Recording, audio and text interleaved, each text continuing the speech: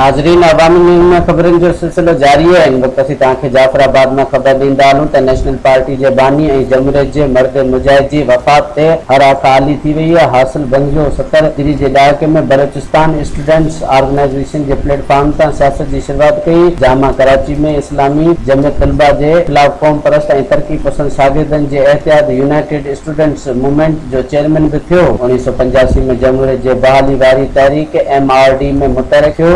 1988 में Pakistan national party में शामिल थियो ऐं 9 माल चूंड में हिस्सो वरितो। 1989 वाले जी वफ़ात बाद पार्टी के कमन में वधिक मसरूफ़ थी वियो, जंहिंजी क़यादत संदसि वॾे भाउ मीर बेज़ुन बंजो संभालियो। बेज़ुन बंजो 1990 जी आम चूंडनि में क़ौमी असेंबली जी 2 सीटनि तां हिस्सो वरितो ऐं कामयाब थियो। इन में 1 सीट छॾे ॾिनी, जंहिं ते हासिल बंजो चूंड विड़ी ऐं कामयाब थियो। बलोचिस्तान की तारीख़ में संदसि मुसलसल सियासत जदोजहद खे हमेशा याद रखियो वेंदो। मज़ीद खबरों और तफसीलात के लिए विजिट करें हमारी वेबसाइट www.awamiNewsHD.com।